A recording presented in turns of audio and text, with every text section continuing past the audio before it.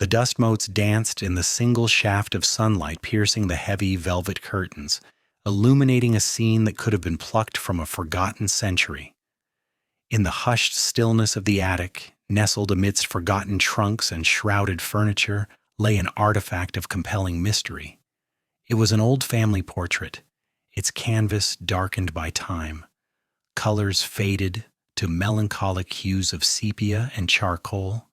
Yet even in its state of gentle decay, there was an undeniable magnetism to it, a silent invitation to peer deeper into the lives it so carefully preserved. This wasn't just paint on linen. It was a whisper from the past, hinting at long-lost secrets, stories locked away within the very brushstrokes, waiting for a patient eye to coax them out into the light. The gazes of the stern, unsmiling figures seemed to follow you, their eyes holding unspoken narratives, their faces etched with the weight of generations.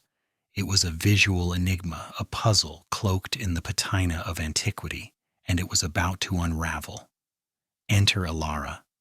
She was a woman whose natural habitat was not the sterile, sun-drenched offices of contemporary academia, but rather the quiet, echoing halls of history, the dim glow of library lamps, and the rustle of ancient parchments.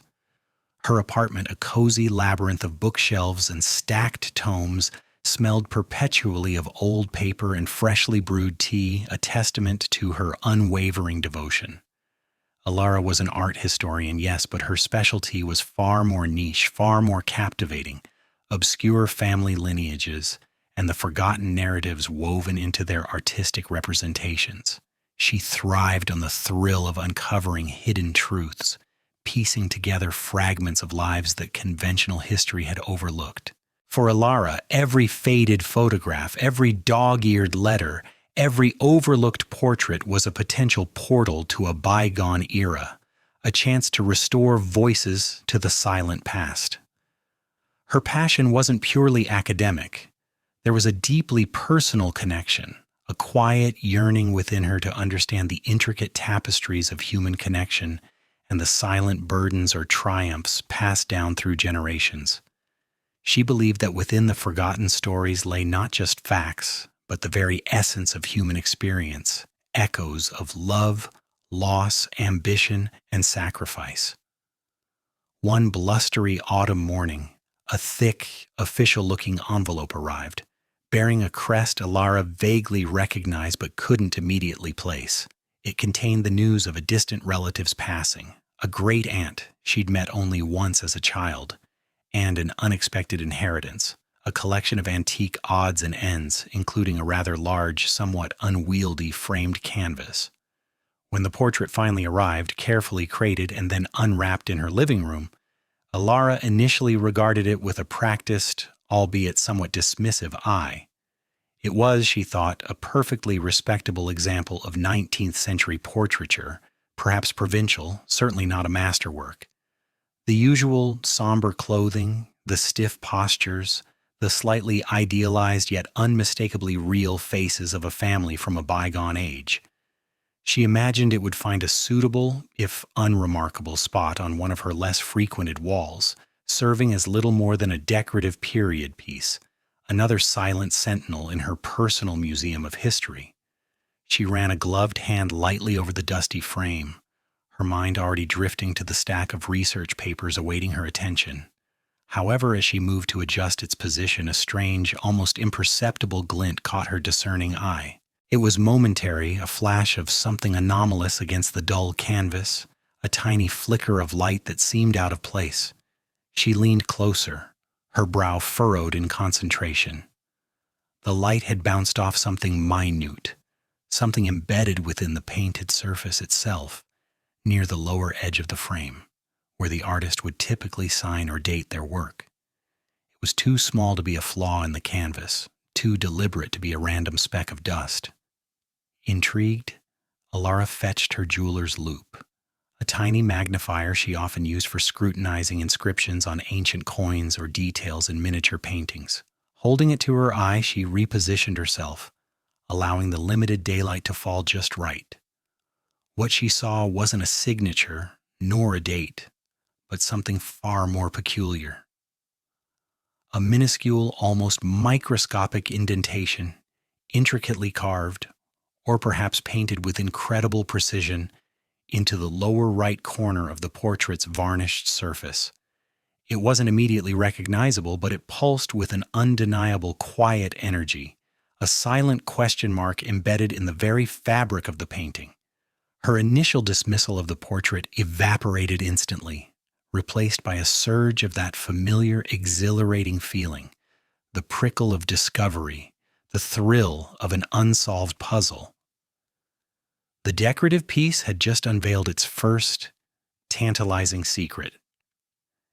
If you're as captivated by hidden historical mysteries as Alara is, remember to subscribe to the channel so you don't miss a single thread of this unfolding story. The subtle anomaly in the inherited portrait, initially a mere flicker in her peripheral vision, began to coalesce into a tangible, nagging inconsistency that Alara could no longer ignore. It wasn't just the aged patina or the slightly uneven brushstrokes. It was something far more deliberate, far more unsettling. Her trained eye, accustomed to spotting forgeries and identifying stylistic nuances, kept returning to the hands of the numerous family members depicted across generations within the sprawling canvas. In the fading light of her study, among the towering stacks of forgotten texts and the scent of old paper, she leaned closer, a magnifying glass now a permanent extension of her curious gaze. There, almost imperceptible to the untrained observer, etched with an astonishing delicacy that belied its age, was a symbol, a faint, almost invisible mark that appeared on the palms, fingertips, or the backs of hands, shifting subtly in its exact placement, yet unmistakably recurring. It was not a crest, nor a conventional artist's signature, nor any known heraldic device she had ever encountered in countless hours poring over genealogical records. Its presence felt profoundly out of place, an anachronism within the otherwise conventional European portraiture of its period. This discovery ignited a different kind of fire in Alara, one that burned with an insistent, almost impatient curiosity. The symbol seemed to weave through the lineage, almost a secret handshake across time, visible in the hand clasping a prayer book, on the thumb curled around a fencing foil, even delicately etched into the skin of a child's outstretched palm offering a toy. Each instance was so artfully integrated that it seemed designed to elude detection, a silent whisper spanning centuries. Alara felt a tremor of excitement, a premonition that this was no mere decorative flourish. This was deliberate. This was a message. But what kind of message, and from whom? The questions began to proliferate in her mind, each one a new thread in a complex tapestry she was determined to unravel. Her initial research, conducted with the fervor of a scholar possessed, yielded nothing. The symbol refused to be identified, defied categorization, and stubbornly remained a solitary enigma. She consulted thick tomes on ancient runes, obscure alchemical symbols, forgotten guild marks, and even historical secret societies, sifting through page after dusty page. The internet, usually a vast ocean of information, offered no solace, returning only unrelated images or blank results. Frustration, a rare visitor in Alara's usually methodical world, began to set in. She would spend hours staring at the portrait, tracing the phantom lines of the symbol with her fingertip, urging it to reveal its secrets. The more she looked, the more its presence gnawed at her, a silent challenge from the past. The conventional avenues exhausted, Alara began to consider more unorthodox approaches.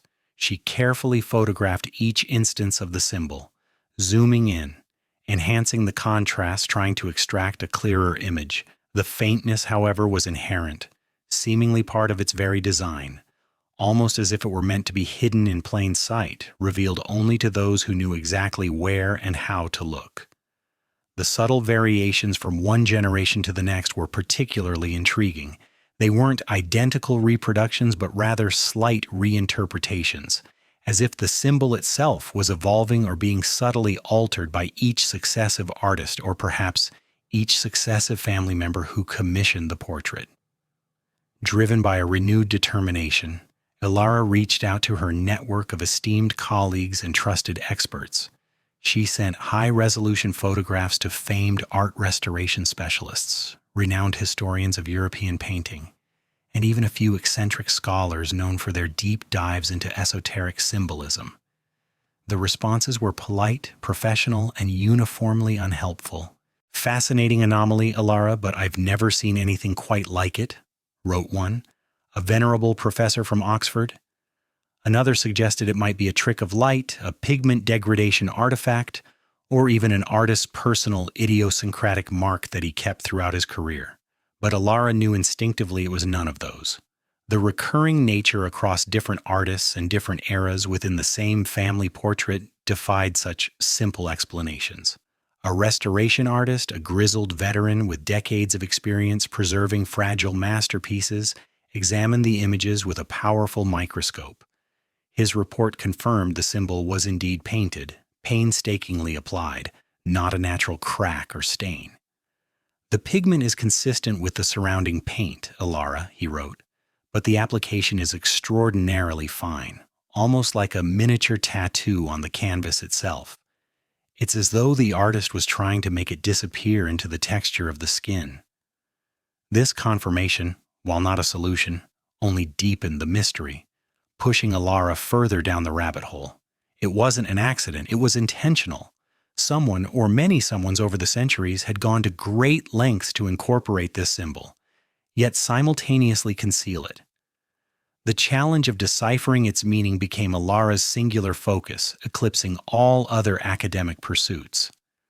Her quiet apartment, usually a haven of contemplative study, now hummed with a frantic energy. Books lay open, their pages dog-eared, maps were unfurled across her antique writing desk, and the portrait itself, now enshrined on an easel in the center of the room, dominated her waking thoughts. Her initial frustration transformed into a stubborn resolve. The symbol was a lock, and she, Ilara, was destined to find the key. The sheer audacity of its concealment, the silent persistence of its recurrence across generations, spoke volumes of its importance. This was not just a symbol, it was a carefully guarded secret, a whispered legacy embedded in paint and canvas, awaiting the right eyes to finally see it, to truly understand its profound, unspoken language. She felt an almost spiritual connection to the unknown individuals who had painstakingly placed these marks, a sense of being part of a silent conversation initiated centuries ago, now finally continuing with her. The mystery deepened, solidifying her conviction that she was on the verge of uncovering something truly extraordinary, something that had patiently waited for its moment to be revealed. The frustration had become a suffocating shroud, thick and unyielding. Ilara had spent weeks, then months, poring over texts, consulting experts, and staring at the maddeningly inert symbol. It was always there, an almost mocking presence on the painted hands, defying explanation. Every art historian, every restorer, every cryptologist she'd contacted had dismissed it as either an aberration, a trick of light, or simply an artist's whim, albeit an unusual one. But Ilara knew in the core of her being that it was more. It had to be.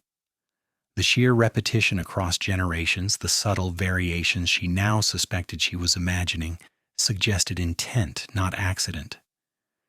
She needed a new perspective, a way to peel back the layers of time and pigment. A wild, desperate thought began to coalesce, one that felt both audacious and utterly logical. What if the problem wasn't a lack of knowledge, but a lack of detail? The symbol, however faint, was meticulously rendered. Perhaps, she mused, it was simply too small for the naked eye, or even for standard magnification to fully reveal its secrets. Her hunch, a persistent whisper in her scientific mind, urged her towards a more radical solution: professional enlargement. Not just any enlargement, but one combined with cutting-edge digital enhancement, capable of pushing the boundaries of what was visually discernible. Locating the right specialist was a challenge in itself. Most art conservators were wary of such invasive procedures, especially on a work of such age. They prioritized preservation above all else, and Alara's request bordered on the experimental. After numerous rejections and cautious inquiries, she finally found Dr. Eris Thorne, a maverick restorer known for his pioneering work in microphotography and digital reconstruction of damaged artworks. Thorne, a man with a perpetually skeptical eyebrow and surprisingly gentle hands, listened to Alara's theory with a quiet intensity. He admitted the idea was unconventional, even risky, but the glint of scientific curiosity in his eyes betrayed his interest. He agreed, with the proviso that the process would be painstakingly slow and carry no guarantees. The day the portrait left her apartment, carefully crated and transported by a specialized team, Alara felt a pang of both apprehension and exhilarating hope. The quiet of her research-filled room suddenly felt amplified, the absence of the painting a gaping hole. Days bled into weeks as Thorne's lab, a temple of advanced optics and precision instruments, began its work. He sent her sporadic updates, high-resolution scans of minute sections, preliminary digital cleanups, each image more detailed than the last, yet still not revealing the breakthrough she craved. The suspense was a physical weight in her chest, a constant low thrum beneath her thoughts. She found herself pacing her small living room, reading and rereading old texts, but her mind was always drifting back to the unseen work happening in Thorne's lab. Finally, the call came. Thorne's voice, usually calm and measured, held a note of genuine astonishment. "Alara," he said, "you need to see this. You were right. It's extraordinary." Her heart leapt. Without a moment's hesitation, she was out the door, the taxi ride across the city a blur of impatient anticipation. Entering Thorne's pristine, brightly lit lab, she saw it immediately. Not the original portrait, but a colossal digital projection on a massive screen, filling an entire wall. It was a section of one of the illuminated hands, magnified to an incredible degree, revealing details invisible to the naked eye. What she saw rendered her speechless. The symbol, which she had always perceived as a flat static mark, was anything but. It truly wasn't a static symbol. It was a vibrant, dynamic tapestry of minuscule lines, intricate beyond anything she could have imagined. Under this extreme magnification, the faint, almost imperceptible variations she had previously dismissed as optical illusions now resolved into distinct, deliberate patterns. Each segment of what she had thought was a single unified mark was, in fact, composed of hundreds of tiny, almost calligraphic strokes. And the most astonishing revelation? These microscopic lines were not consistent across the hands of different family members. There was a subtle evolution. On the earliest depicted ancestor, the pattern was simpler, a foundational structure. As the generations progressed through the portrait, the lines became incrementally more complex, branching out, intertwining, adding new segments and subtle curvatures. It wasn't a symbol at all, at least not in the conventional sense. It was a visual language, a progression, a sequence. It was a code. The realization hit her with the force of a physical blow, simultaneously exhilarating and terrifying. Her hunch had been correct, but the truth was infinitely more profound than she had dared to imagine. This wasn't just a hidden mark. It was a deliberate, generational message. The faint, barely visible etchings on their hands were a meticulously crafted narrative, unfolding piece by painstaking piece across the centuries, entrusted to the silent canvases. The family hadn't simply tried to preserve a memory. They had woven a secret into the very fabric of their painted legacy, a mystery designed to be discovered only by someone with the patience and insight to look beyond the obvious. Thorne stood beside her, equally captivated by the projected image. "It's like a genetic code," he murmured, his voice filled with awe, each generation adding another strand, another layer of information. Alara felt a dizzying mix of elation and trepidation. The initial rush of discovery quickly gave way to a new monumental challenge. She had found her secret, but now she faced an even greater enigma. Deciphering a language lost to time, intricately hidden within the strokes of a long-forgotten painting, a silent conversation between generations waiting for her to finally understand. The mystery had deepened, expanding far beyond a simple symbol into a complex, coded narrative that had patiently waited for centuries to be read. Her journey, she now understood, had only just begun. The revelation of the coded symbol, evolving subtly yet deliberately from one painted hand to the next across generations, fundamentally shifted Alara's understanding of the portrait.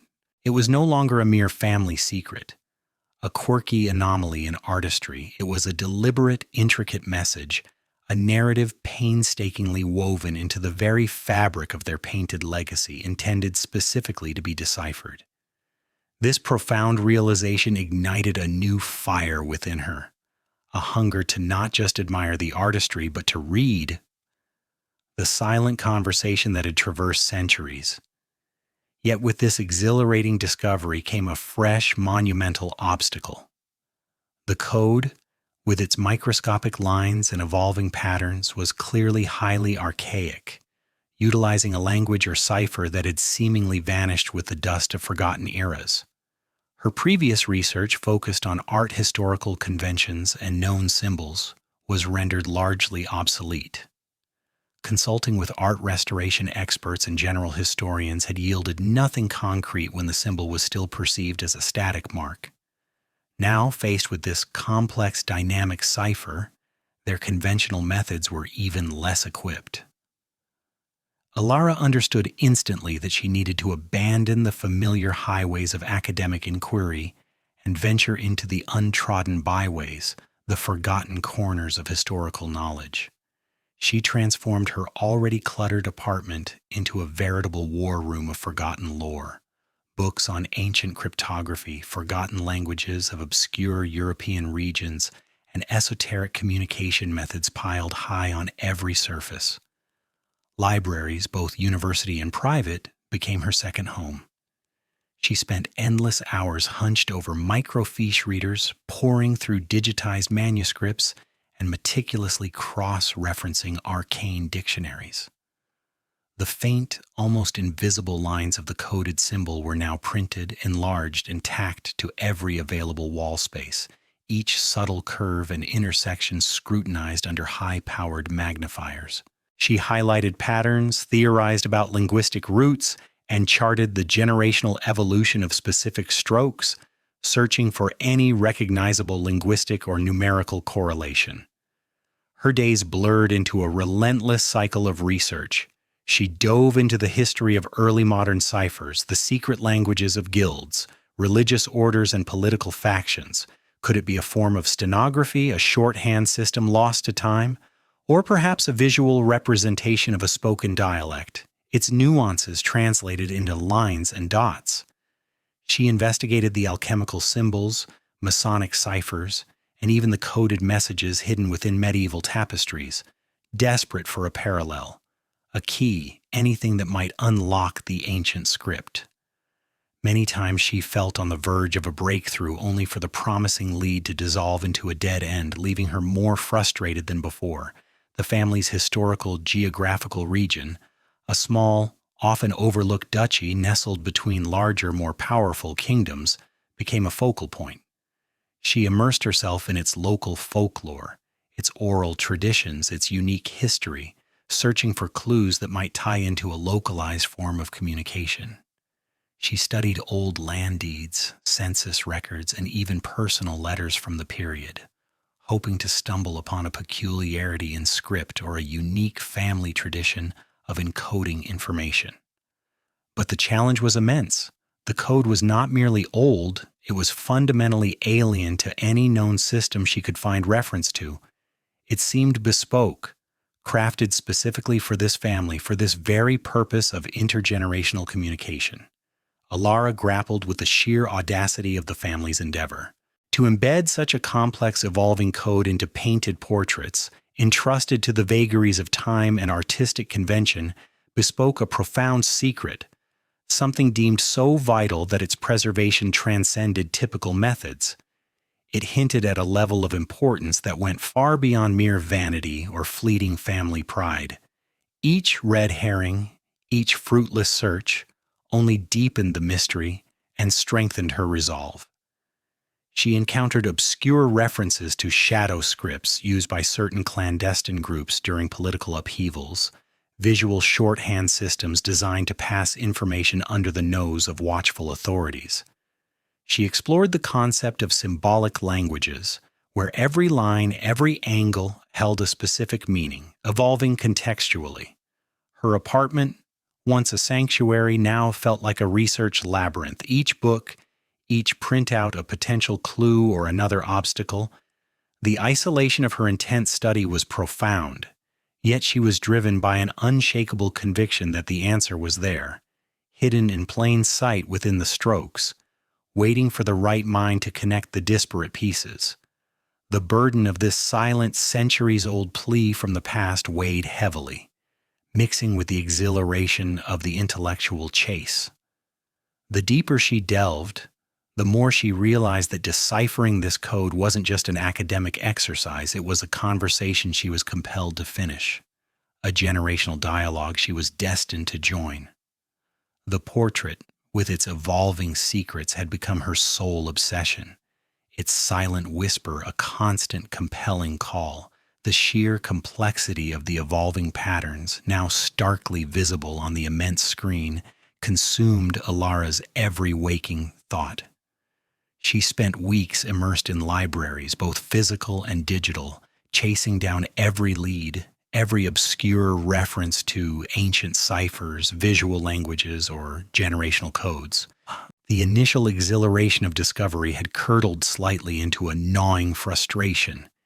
Each avenue she explored seemed to lead to a dead end, a tantalizing whisper that quickly faded into silence. The code, elegant in its construction, remained stubbornly inscrutable. Thorne, ever the pragmatist, had suggested sophisticated algorithmic analysis, inputting the patterns into custom-built software designed to detect recurring motifs or mathematical progressions. Yet, even with his cutting-edge technology, the patterns defied conventional decryption.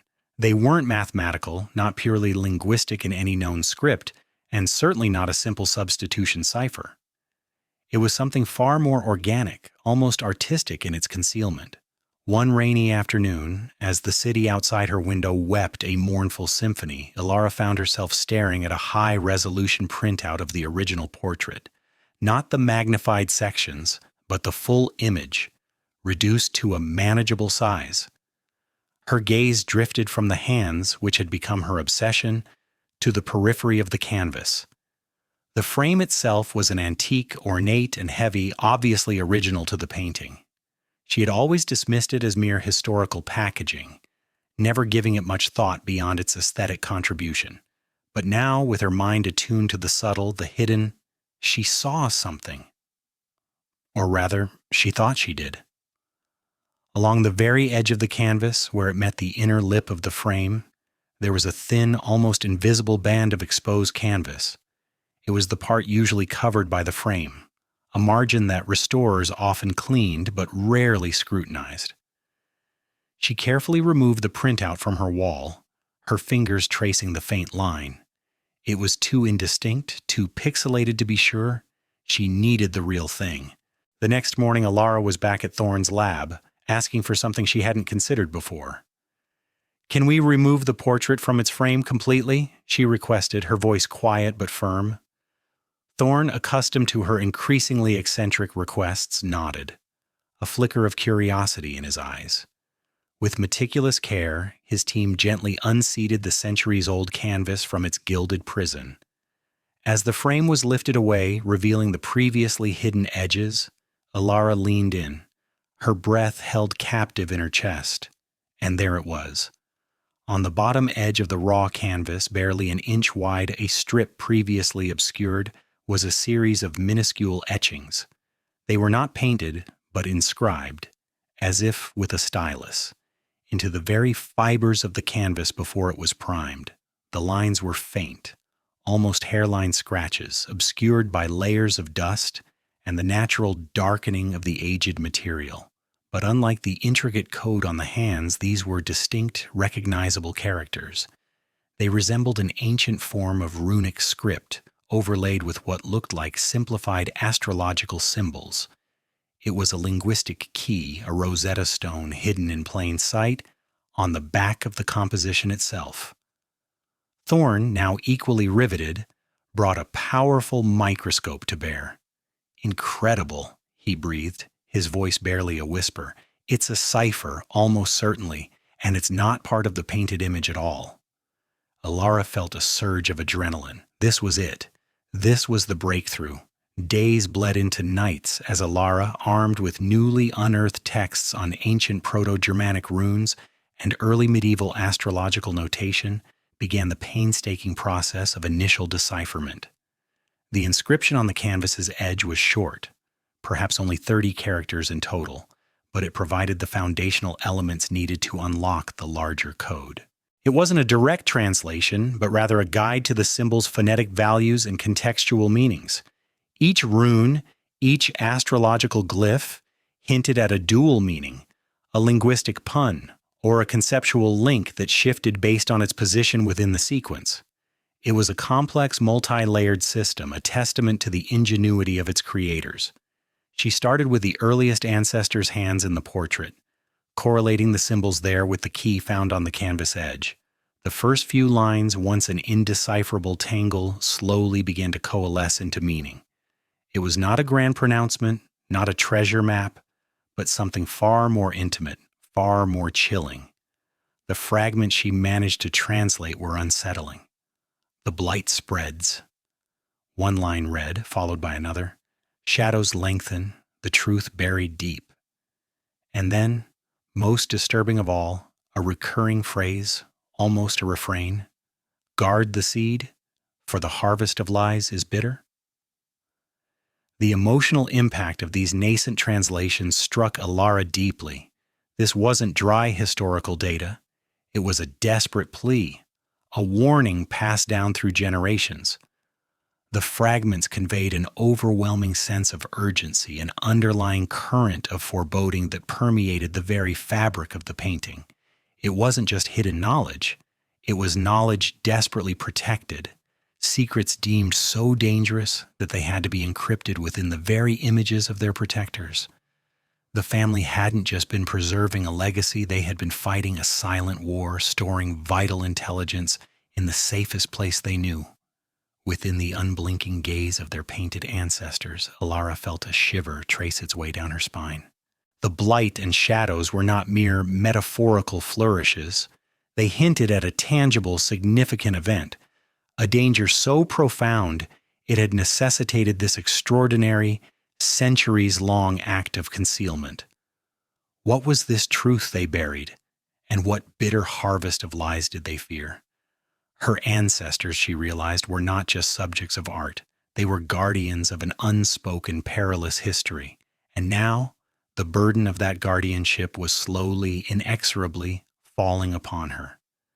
With the initial decipherment now slowly yielding fragments of meaning, Alara found herself plunged into a historical narrative far grander and more intricate than she could have ever conceived. The seemingly disparate symbols, when pieced together, began to weave a compelling story, not of a simple family secret, but of a sprawling saga encompassing political intrigue, whispered rebellions, and the desperate safeguarding of a lost artifact of immense power. Each stroke, each subtle curve in the coded hands contributed to an overarching tapestry of events that once shaped kingdoms and altered the course of history, albeit in ways that had been meticulously erased from common knowledge. The early generations depicted in the portrait, she learned, were not merely distant relatives, they were custodians. Their coded hands spoke of clandestine meetings in moonlit glades, of perilous journeys across treacherous mountain passes, and of sacrifices made in the name of a cause largely forgotten by the annals of official history. The narrative alluded to a powerful relic, not described directly, but implied through its capacity to influence fate and command allegiance. It seemed to have been a source of both immense hope and profound danger, driving the family to extraordinary lengths to protect it from those who would misuse its capabilities. The language used in these early passages was archaic, almost poetic, laden with metaphors of light and shadow, destiny and betrayal, painting a vivid picture of a hidden struggle that coursed beneath the veneer of societal order. As Alara progressed through the generations, the story grew more explicit, less shrouded in allegory. The central theme crystallized. The family was protecting something called the Chronos Shard, a term that sent a shiver down Alara's spine. This was no mere trinket. It was an object capable of manipulating time, an item whose existence, if revealed, would rewrite every historical understanding of their era. The family members portrayed in the portrait with increasing realism as centuries passed were not just sitters for a painting. They were key players, each assigned a specific role in the shard's concealment and protection. One generation, a renowned cartographer, encoded its location into a series of star charts that seemed to the casual observer to be purely astronomical. Another, a master metalsmith, created intricate lockboxes and false compartments, their craftsmanship designed to thwart even the most determined seeker. The stakes of their silent war against those seeking the Chronos Shard escalated with each passing century. The coded messages spoke of close calls, betrayals from within their own ranks, and the brutal reality of an eternal vigilance. The foreboding sense she had gleaned early on now possessed concrete form. The family was living under constant threat, their very existence tied to the secret they carried in their blood and painted onto their hands. It was a burden passed down from parent to child, an initiation into a sacred trust, a hidden war waged across generations documented in the most unexpected of places. Then came the passage that made Alara's heart leap into her throat, a series of lines that shifted from the collective we of the family to a more intimate she.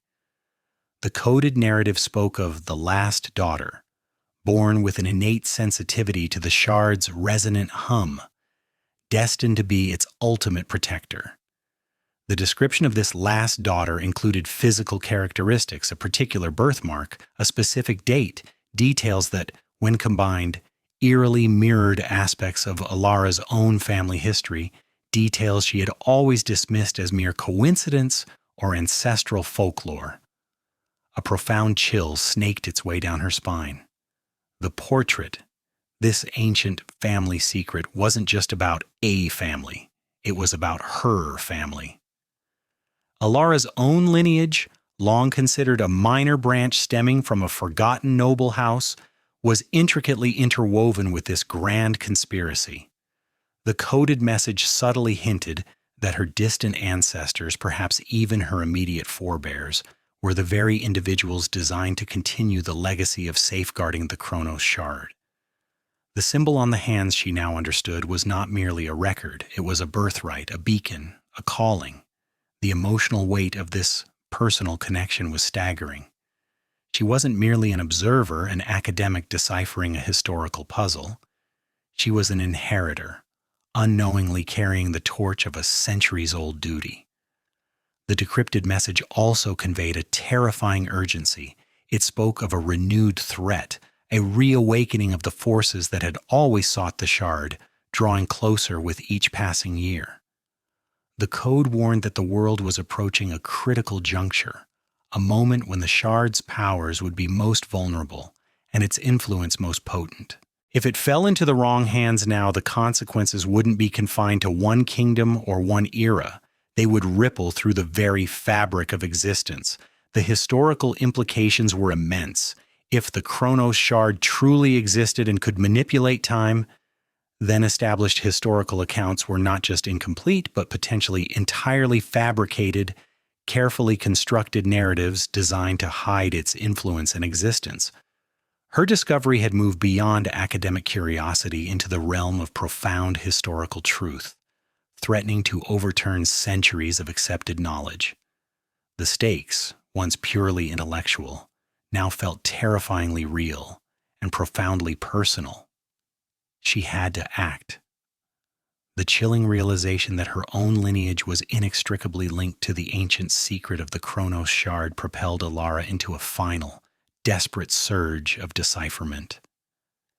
Days blurred into nights, fueled by strong coffee and an unyielding sense of urgency that gnawed at her fingers, stained with ink and smudged with ancient dust, danced across her notes, cross-referencing symbols, verifying translations, and meticulously piecing together the last, most elusive fragments of the code.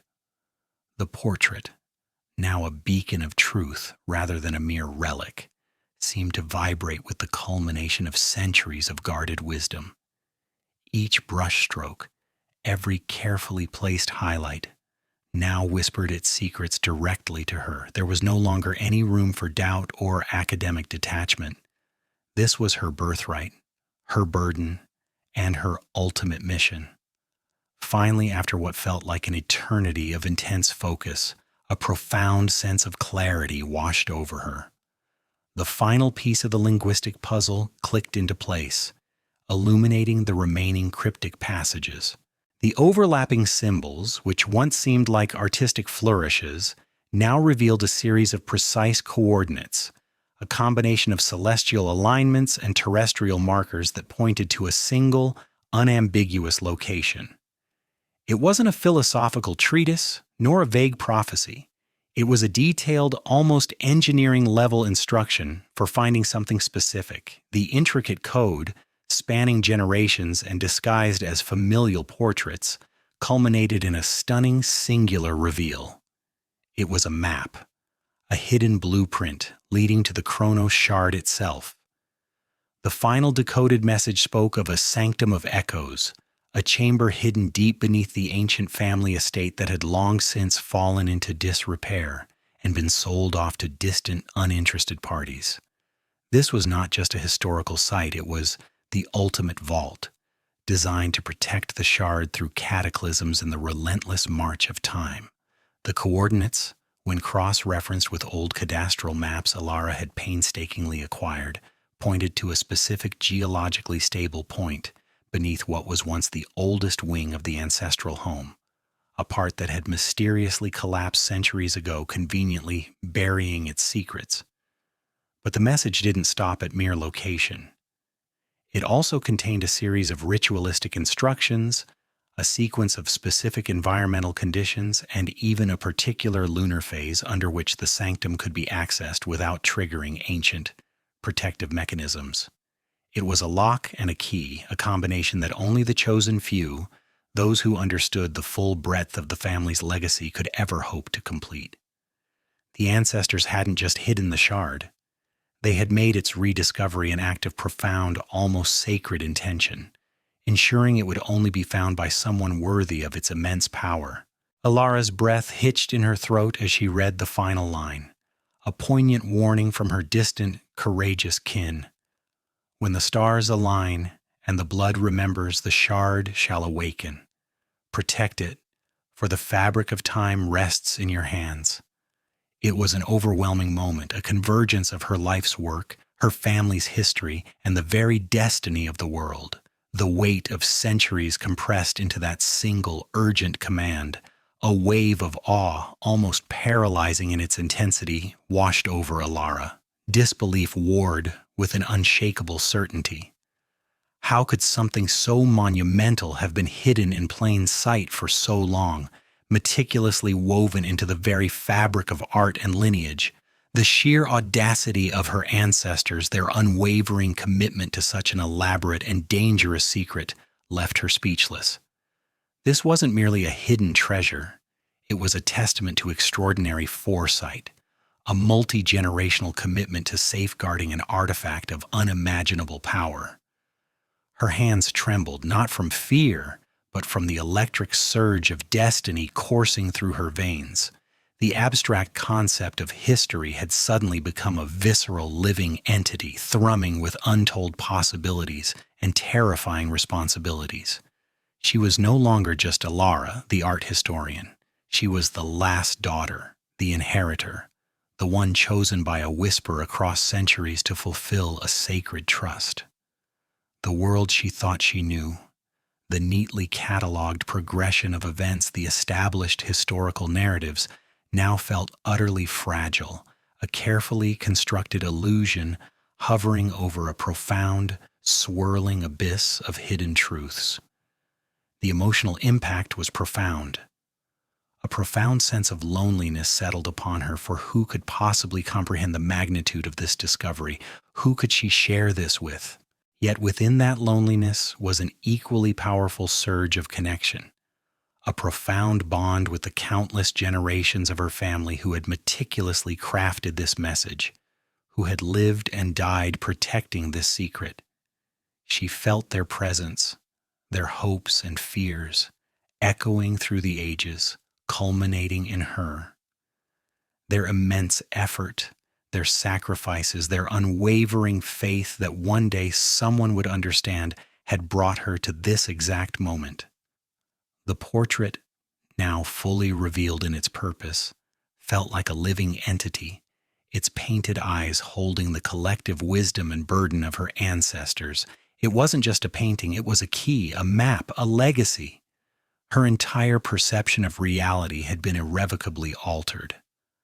The mundane worries of her previous life faded into insignificance, replaced by an overwhelming sense of purpose and a daunting awareness of the path that now lay before her. The gravity of her discovery was immense, altering not just her understanding of her family, but potentially the very course of human history. The Chronos shard existed, and now its location, its secrets, and its protection rested undeniably and terrifyingly in her hands. She had deciphered the final message, and with it, stepped onto a precipice from which there was no turning back. The gravity of the Chronos shard's existence pressed down on Alara, a weight of responsibility she had never imagined. The decrypted message was not simply a historical anomaly, it was a living directive, a call to action pulsating from the past. It pinpointed the shard's current hiding place with unnerving precision. A crypt beneath the ruins of an ancient monastery, nestled deep within the forgotten valleys of the Carpathian Mountains. The coordinates, encoded within the final sequence of the symbols, were exact, leaving no room for misinterpretation. This wasn't merely a hint or a legend, it was a treasure map, centuries in the making, designed for her. Alara spent sleepless nights wrestling with the implications. Sharing her findings with historical institutions felt like a betrayal of her ancestors' sacred trust, a potentially dangerous act that could unleash the very forces they had fought to contain. The world as she knew it was not ready for the truth of the Chronos shard, nor for the radical alteration of history its revelation would inevitably bring. The message from the portrait was clear. The shard's protection remained paramount, and its existence a secret best kept from those who would exploit its power. Her path, therefore, was unequivocally set. She would embark on the quest herself, an inheritor of duty, a guardian of time. The preparations were meticulous, drawing on skills she hadn't realized she possessed, sparked by the latent knowledge within her lineage. She secured a small, discreet exploration grant, framing her journey as an archaeological survey of forgotten monastic sites. This provided the necessary cover, allowing her to acquire specialized equipment, maps, and even rudimentary self-defense training, which felt profoundly surreal for an art historian. Her quiet apartment, once a sanctuary of ancient texts, transformed into a mission control center, buzzing with the quiet hum of satellite imagery and topographical maps. Each step felt guided, an echo of centuries of preparation culminating in this moment. The journey to the Carpathians was arduous, a stark contrast to her academic pursuits. The pristine, snow-capped peaks and mist-laden valleys were breathtaking, but also unforgiving.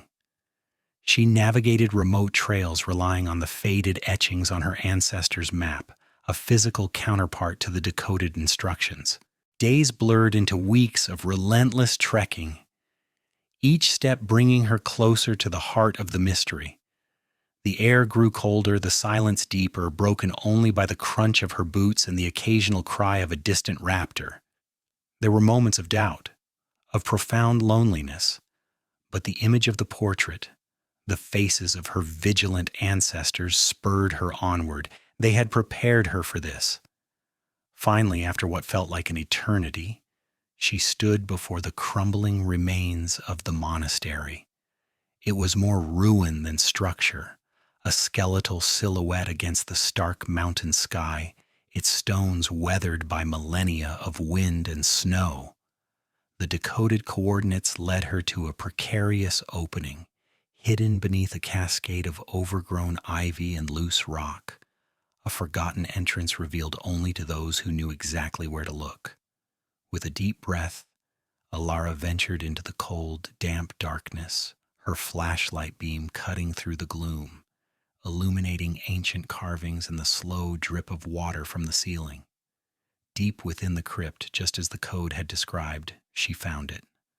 Not a grand pedestal or an ornate display, but a simple, unassuming stone plinth, upon which rested a small, obsidian-like object. It pulsed with a faint, almost imperceptible light, a resonant hum that vibrated through her very bones, a sound she now recognized as the shard's resonant hum spoken of in the ancient texts. This was it, the Chronos shard, the artifact her family had protected for generations, a silent sentinel of time. As she reached out, a surge of energy flowed through her, a profound connection to all who had come before her and all who would come after. The shard felt neither good nor evil, but purely powerful, an instrument of immense potential, safeguarded by ordinary people. Alara made the decision then and there. She would not remove the shard. Its raw, untamed power was too great, too dangerous to be brought out into a world unprepared. Instead, she would reinforce its hiding place using her newfound understanding of ancient protective wards, also hinted at in the decoded messages. Her mission was not to wield the shard, but to ensure its continued concealment, to maintain the delicate balance her ancestors had so fiercely fought for. She spent days meticulously resealing the crypt, disguising its entrance, erasing any trace of her visit, becoming part of the silent, enduring chain of guardians. Returning from the mountains, Alara was transformed. The art historian who had embarked on the journey was gone, replaced by a woman deeply connected to a powerful ancient legacy. She carried the secret of the Chronos shard not as a burden, but as a sacred trust, a profound inheritance distinguishing her path. The old family portrait now hung in her study, no longer a mere object of study, but a vibrant tapestry of lives intertwined with her own. Each ancestor's face, each symbolic hand, spoke volumes of quiet heroism, of unwavering dedication to a cause greater than themselves. She saw not just their images, but their struggles, their triumphs, their sacrifices, all for the preservation of a balanced timeline. Alara understood now the true meaning of legacy. It wasn't about fame or fortune, but about the quiet, persistent effort to safeguard truth, to protect the delicate fabric of history from those who would tear it apart. Her life, once defined by academic pursuits, now held a deeper purpose, to be the next link in that unbroken chain, a silent protector. She would continue her academic work, but with an underlying awareness, a heightened sense of vigilance. The world around her seemed unchanged, yet for Alara everything had shifted. The universe held secrets, vast and powerful, and her family, her lineage, had been chosen to stand guard. The portrait, once a dusty relic, now hummed with the vibrant, living story of duty, sacrifice, and the enduring power of a family's unbreakable bond. What hidden secrets do your family heirlooms hold? Share your thoughts in the comments below, and don't forget to subscribe and click the bell for the next fascinating historical dive.